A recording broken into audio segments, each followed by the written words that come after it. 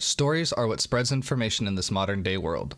Unfortunately, with the pace that technology advances, eventually there will come a time when books become obsolete. This is why before it is too late, we should get the stories from the source.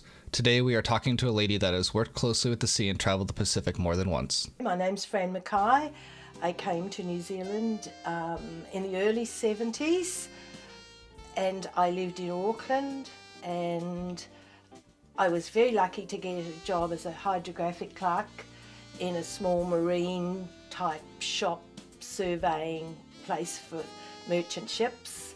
I had to order charts from all around the world, from the Admiralty in Taunton in England, and for the New Zealand ones from the New Zealand Navy, and each month I would receive corrections to the charts from the Admiralty, which I had to do by a fine pen, etc., and latitude, longitude. So it would be lights if they changed, or rocks that were found, or surveys that had been done for something.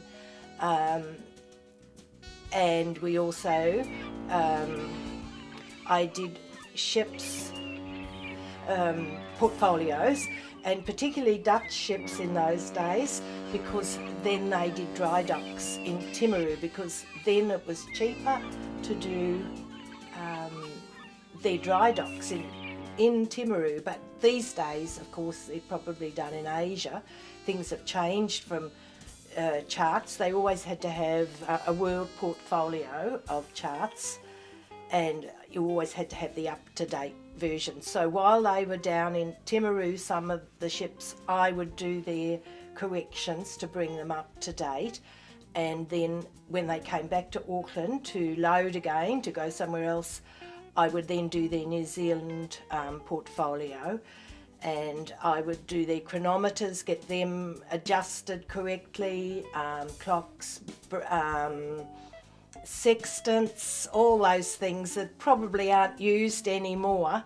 Certainly the charts. I'm not sure whether these days they require charts still, but of course it's all electronic and other ways now.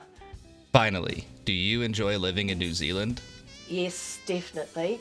I have lived in Germany and on the Isle of Man before I was married.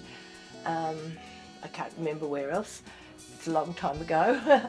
And no, after moving so many times, I'm very happy to be back in New Zealand. I would love a country life more than a city life, but circumstance doesn't allow that.